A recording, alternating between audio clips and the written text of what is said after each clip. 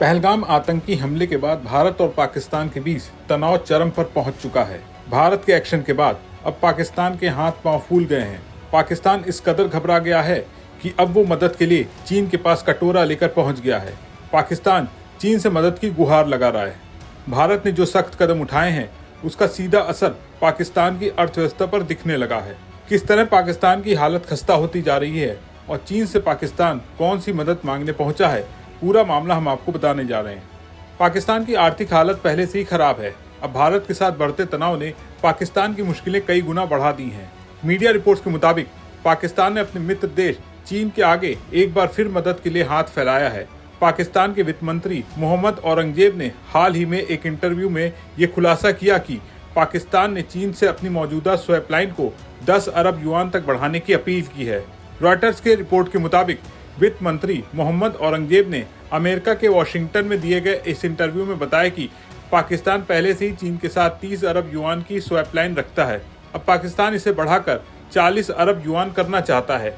उन्होंने कहा कि 10 अरब युआन यानी करीब 1.4 अरब डॉलर का इजाफा पाकिस्तान की अर्थव्यवस्था के लिए एक अच्छी स्थिति होगी। पाकिस्तानी रुपए में ये रकम लगभग 39,333 करोड़ PKR के बराबर होगी। अब आपके मन में ये सवाल उठ रहा होगा कि ये स्वैप लाइन आखिर क्या होती है।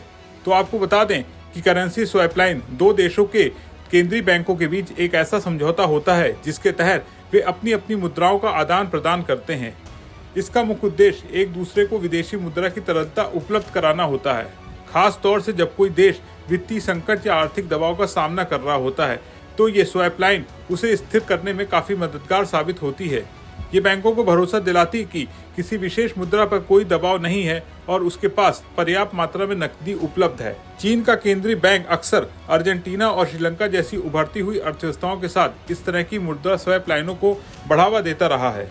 अब बात करते हैं पहलगाम हमले और उसके बाद भारत के साथ बढ़े तनाव के आर्थिक नतीजों के बारे में। वित्त मंत्री औरंगजेब ने बताया कि पिछले कुछ समय से चले आ रहे कूटनीतिक तनाव के कारण दोनों देशों के बीच व्यापार पहले से ही काफी कम हो गया है। पिछले साल ये घटकर सिर्फ 1.2 अरब डॉलर तक रह गया था। अब पहलगाम हमले के बाद उठाए गए कदमों से इस व्यापार पर और भी बुरा असर पड़ने की आशंका है।